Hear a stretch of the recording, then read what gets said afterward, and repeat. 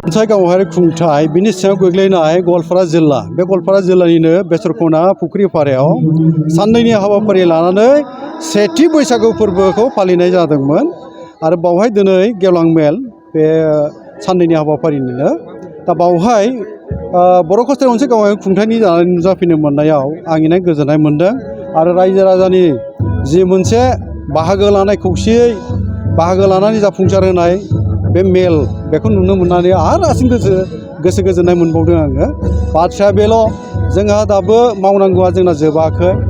गिलिर बिबाना जोंहा दंबावो। जोंनि बर' हारिनि आंगोथि दामजुफोर दामनाय देनाय खन्नाय मोसानाय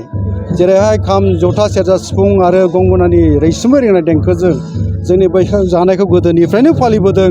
फालिगासिनो दङ फालिलांबाय थाबावनांगोन। जोंनि गोदान जोलै दावगाफुनाय इयुन जोलैफ्रानो हमथाना लाखिनांगोन आरो सानसे समाव जोङो बड'फानि जि मोनसे मोन्थोरजों सोमावसारनायाव बाहागो लाबोदोंमोन बड'फाया फोरोंलांनाय बर' हारिखौ बुहुमाव मोनसे गेरेमसा जौगासार हारि दानायनि जि मोनसे बिथांखियाव जोङो हाबा मावबोलायदों आरो गुबैयै बुंनो थाङोबा बर' हारिखौ मोनफ्रोमबो दिगावनो नाख्रेबजानाय सुसिजानाय गादबजानाय नासयजानायनिफ्राय उदां होनानैहाय बर' हारिखौ मोनफ्रोमबो बिथिङावनो सोलोंथाइयानो बुं जोंनि आबाद मावनायनि बाथ्राखौनो बुं जोंनि बिदिनो गासै बिथिं बुंनो थाङोबा लिरनाय फरायनाय खन्नाय दामनाय देनाय मोसानाय गेलेनाय बेफ्राव जौगासार खालामनो थाखाय आरो बुहुमनि मोनसे जौस्राङाव बा बुहुम फैसालिसिम जोङो लांनांगौआ जोंहा दाबो गिलिर बिबान दङ। जोङो खौसेयै जुजिनांगोन नाजानांगोन हाबा मावनांगोन मावथियै जों खौसे हाबा मावोबा जाफुंनाय बाथ्रा गैया। जोङो सानसे नङा सानसे मोगथां महर होनो हागोन बे मिजिंआ जोंहा दङ। आरो बाथ्राया बे जे जोङो बैसागुआ जोंनि बोथोरनि मोनसे फोरबोखा आरो बय बोथोरनि फोरबोआ दिनै जोब्बायखौनो बुंनांसिगोन। दिनैनो बैसाग अखाफोरनि जोबथा सान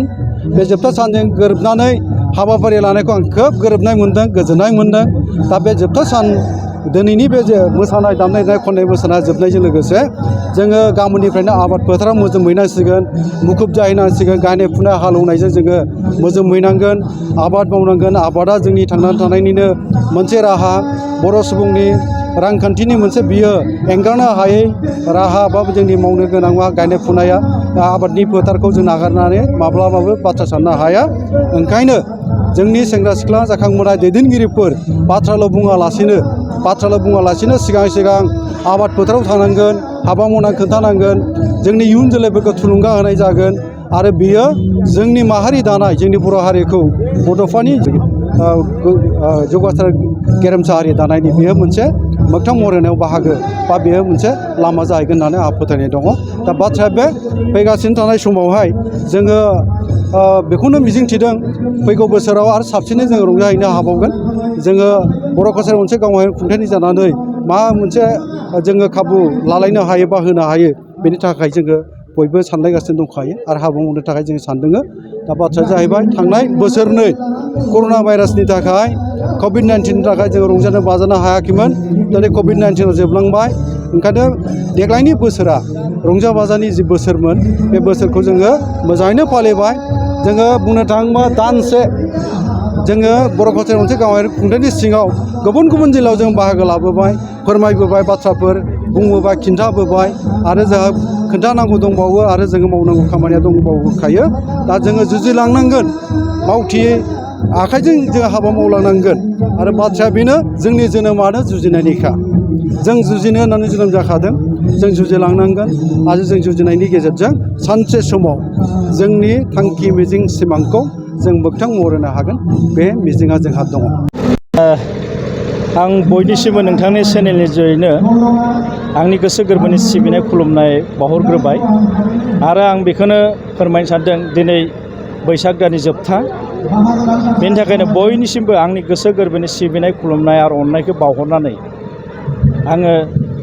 रोजा रोजा साबायखर बावहरदों बयबो रायजो राजाखौ। खारन आं बेखौसो बुंनो सानगोन जे जोङो बे लखिमपुर हालामनि बर'फोरा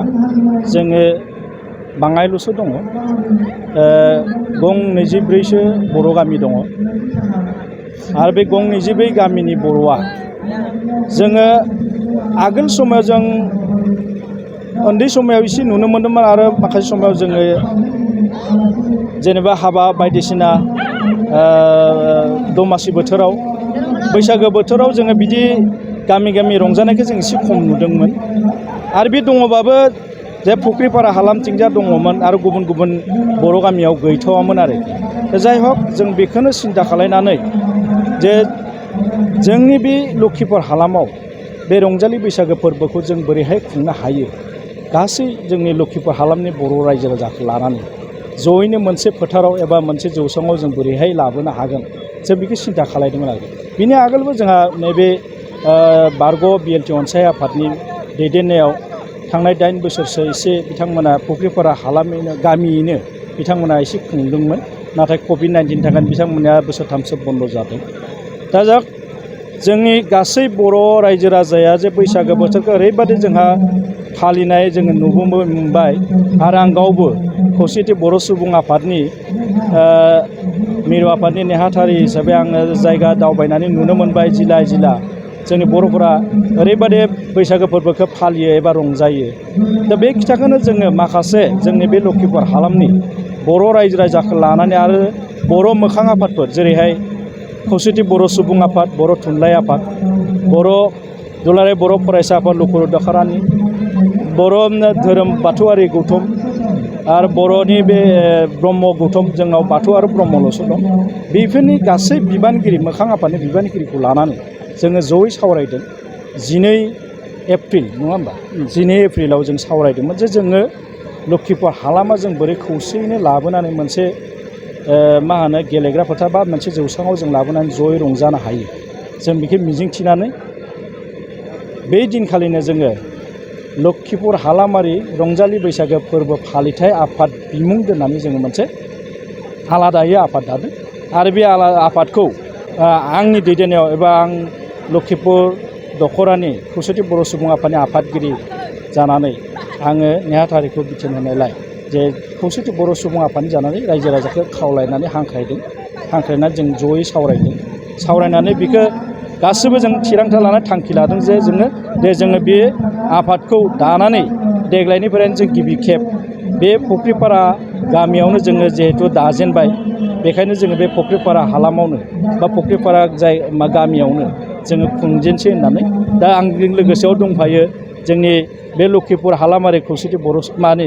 रंजालि बैसागो फोरबो फालिथाय आफादनि गायसनगिरि आफादगिरि हिसाबै जोंहा मुस्रि बिनय चन्द्र बसुमतारी बिथाङा आंनि सोमोन्दोआव आमाय जायो आजिरा लानाय फोरोंगिरि बिथांखौ लानानै जोङो आफादगिरि महरै आरो मुस्रि बानेश्वर बसुमतारी गाहाय नेहाथारि बिथां सानैखौ लानानै आरो बिथांमोना गावनो माबादों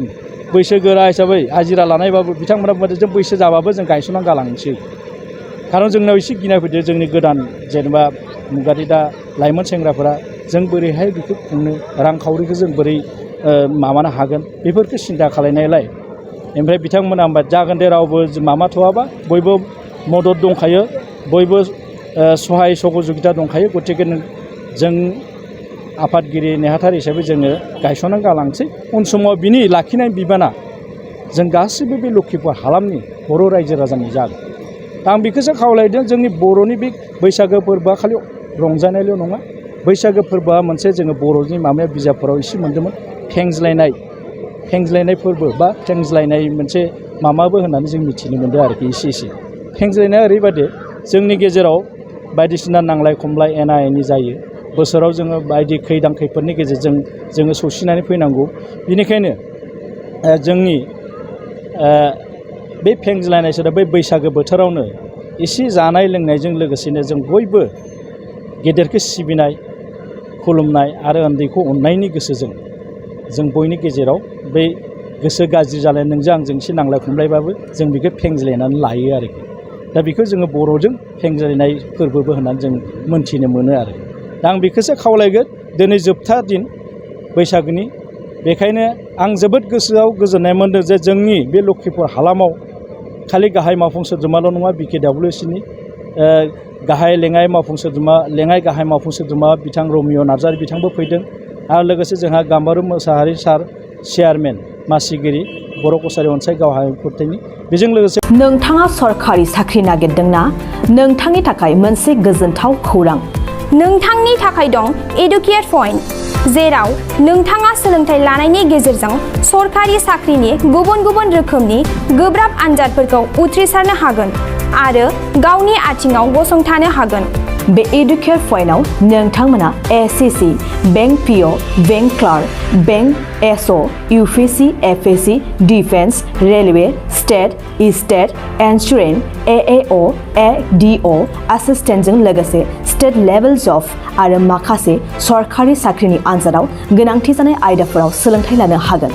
मख'नो गोनांदि बे सोलोंसालियाव साख्रिनिल' नङा, बेयाव MBA आरो सैनिक स्कुल बायदियाव एडमिशननि थाखाय एन्ट्रेन्स होनो थाखायबो सोलोंथाइ लानो हागोन। बे सोलोंसालियाव गाहाम थाखो खथानि सुबिदा दं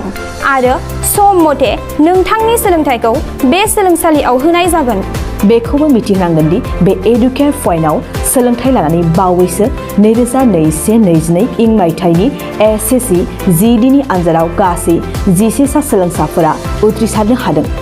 बारा नङा, गासै 15,000 रांजोंनो नोंथाङा बे सोलोंसालियाव 6 दानसिम सोलोंथाइखौ लानो हागोन। बे सोलोंसालिया क'क्राझार, बरपेटा रड, गवालपारा आरो बङाइगावआवबो दं। क'क्राझाराव सोलोंथाइ लानो गोसो गुदुं जानाय सुबुंफोरा 70020261133 9101536360 70020261133 9101536360